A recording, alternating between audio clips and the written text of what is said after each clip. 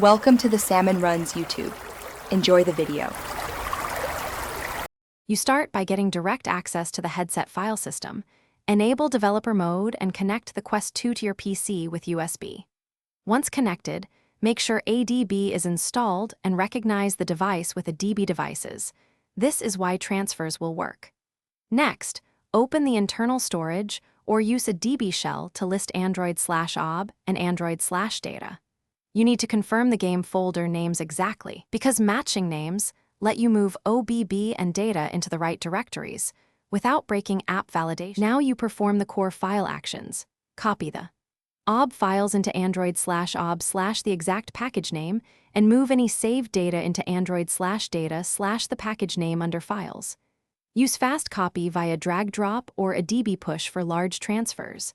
Once placed, verify file sizes and timestamps so they match the source. This helps prevent corruption. If the app can't read them, set permissions using a DB shell chown and chmod to match other game folders. This fixes many access failures. Finish by rebooting the headset so Android rescans storage and the app can detect the newly placed files. A restart often resolves recognition issues. If the game still fails, clear the app cache or uninstall and reinstall without deleting the newly placed Android folders, then test again.